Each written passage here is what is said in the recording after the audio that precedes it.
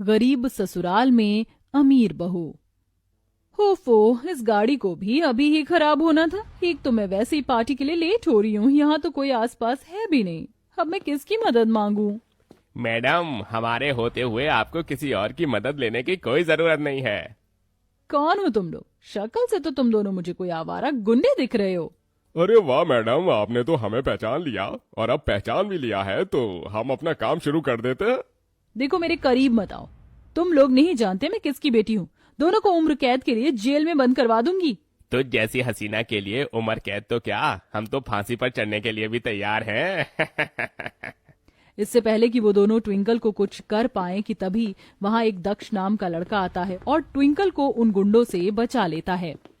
कौन है तू? चल जा यहाँ से, ये हमारा माल है। अभी बताता हूँ मैं कौन हूँ। इतना कहकर दक्ष उन दोनों गुंडों को बुरी तरीके से मारने लगता है, जिसके चलते वो दोनों गुंडे वहाँ से भाग जाते हैं।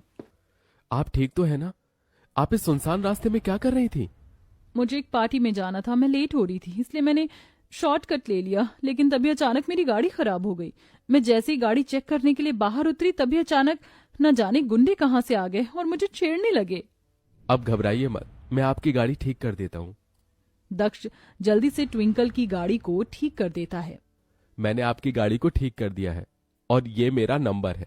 अगर रास्ते में आपको कोई परेशानी हो या वो गुंडे दोबारा मिले तो आप मुझे कॉल कर दीजिएगा। दक्ष की बहादुरी देख ट्विंकल काफी इम्प्रेस हो जाती है। ट्विंकल घर पहुंचकर दक्ष को मैसेज कर देती है और इसी से ही अब धीरे धीरे इनकी बातें शुरू हो जाती हैं। कुछ दिनों में दोनों की काफी अच्छी गहरी दोस्ती होती है और यही दोस्ती बड़ी जल्द ही प्यार के रिश्ते में भी बदल जाती है। मैं बहुत लकी हूँ कि मेरी लाइफ में तुम जैसा पार्टनर आया। दक्ष, अब मैं तुमसे और दूर नहीं रह सकती। क्यों ना अब हम शादी कर लें? ट्विंकल, मैं तुमसे बहुत प्यार करता हूँ, तुम्हारे साथ अपनी पूरी जिंदगी बिताना चाहता हूँ, लेकिन मैं तुम्हारे माँ बाप की तरह अमीर नहीं हूँ और ना ही मेरे पास रहने को कोई बड़ा बंगला है, और शायद मैं तुम्हें वो सारे सुख भी नहीं दे पाऊंगा जो तुम्हें अब तक अपने घर में मिले हैं। दक्ष, तुम मेरे लिए इन सभी चीजों से बढ़कर हो। अगर तुम्हारा प्यार मेरे साथ है तो मुझे किसी और चीज की जरूरत नहीं है।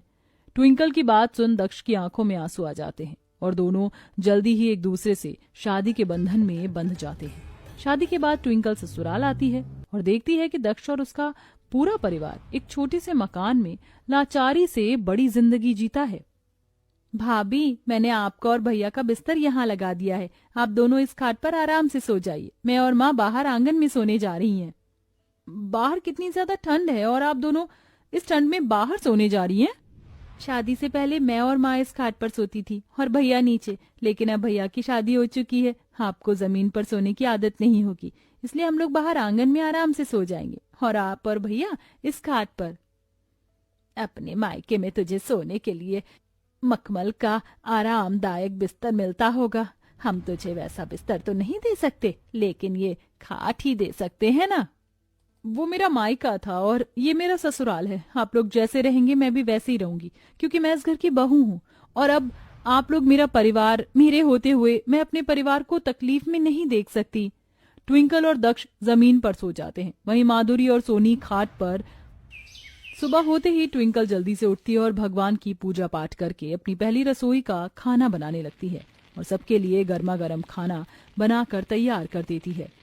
वाह भाभी, आपने तो बहुत बढ़िया खाना बनाया है। ऐसा पुलाव तो मैंने आज तक नहीं खाया। हाँ बहू, और ये दाल भी बहुत ही बढ़िया बनी है। अब तो मुझे लगता है कि मुझे अपनी बहू से खाना बनाना सीखना होगा।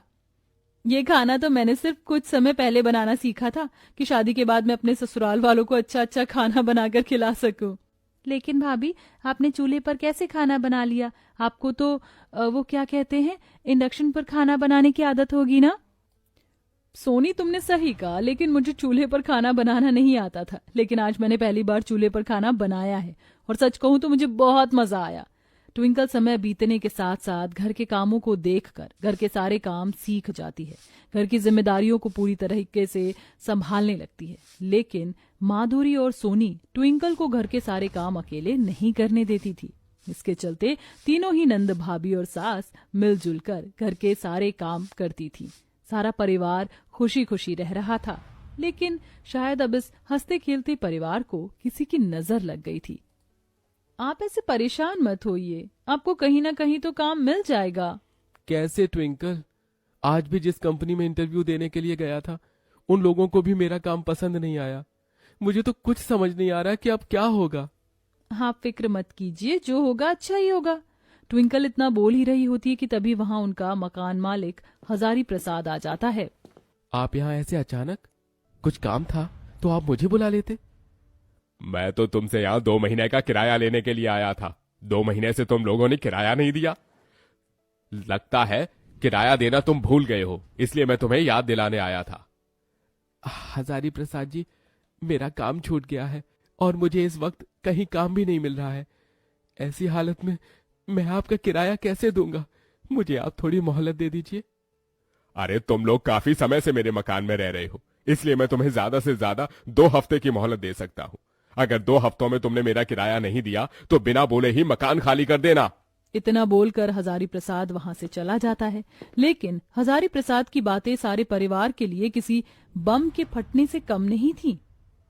अब हम लोग क्या करेंगे? 2 हफ्ते में 2 महीने का किराया कैसे लेकर आएंगे?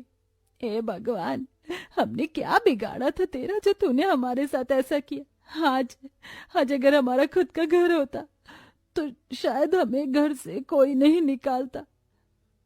सारी जिंदगी मैं अपने खुद के मकान में रहने के लिए तरस गई, लेकिन पूरी जिंदगी इस किराए के मकान में रहते रहते ही कट गई।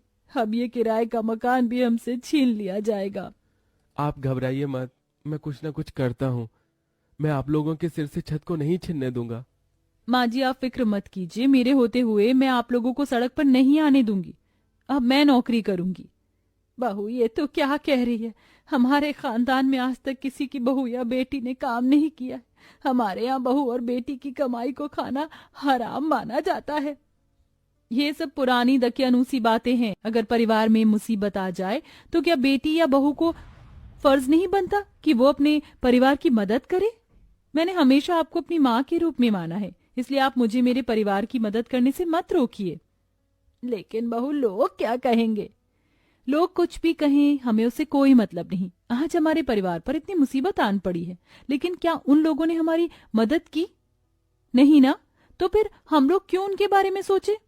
ट्विंकल अपनी फ्रेंड की मदद से एक कंपनी में इंटरव्यू देती है और इंटरव्यू को आसानी से क्लियर कर लेती है, जिसके चलते वो 2 हफ्ते में मकान का किराया चुका देते हैं। अब ट्विंकल अपनी सास की खुद के घर के सपने को पूरा करने के लिए दिन रात कंपनी में काम करती है और साथ ही साथ ओवरटाइम भी करती है। 6 महीनों की लगातार कड़ी मेहनत के बाद ट्विंकल कमाए गए पैसों और लोन की मदद से अपने ससुराल के लिए एक सुंदर सा मकान बनाकर तैयार कर लेती है। बहू, ये तो हमें कहाँ ले आई है? और ये घर किसका है? दिखने में तो काफी ज्यादा सुंदर है। काश हमारा घर भी ऐसा ही होता। माँ जी, काश नहीं, ये घर हमारा ही है। आपका बरसों से सपना था ना कि आपका एक सुंदर सा छोटा सा प्यारा सा घर हो। देखिए, ये आपका ही घर है। बहू, ये तो क्या कह रही है? क्या सच में ये घर मेरा है? हाँ माँ जी, ये घर आपका है। माँ देखो ना, हमारा घर कितना सुंदर है।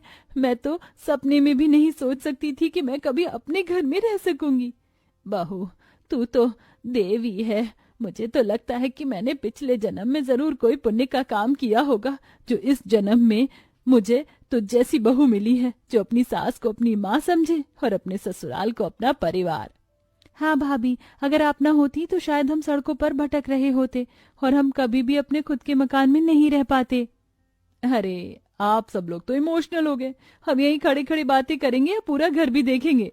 मैंने माँ जी की पसंद से पूरे घर को डिजाइन करवाया है। सभी लोग अपने खुद के घर को देखकर बहुत ज्यादा खुश होते हैं, जिसके बाद अब सभी बिना किसी डर के अपने मकान में रहते हैं। वहीं अब सबके दिलों में ट्विंकल के लिए प्यार के साथ साथ इज्जत भी बढ़ जाती है। ट्विंकल और दक्ष अब एक ही कंपनी में काम करते हैं और सभी अब खुशी खुशी अपनी जिंदगी जीते हैं।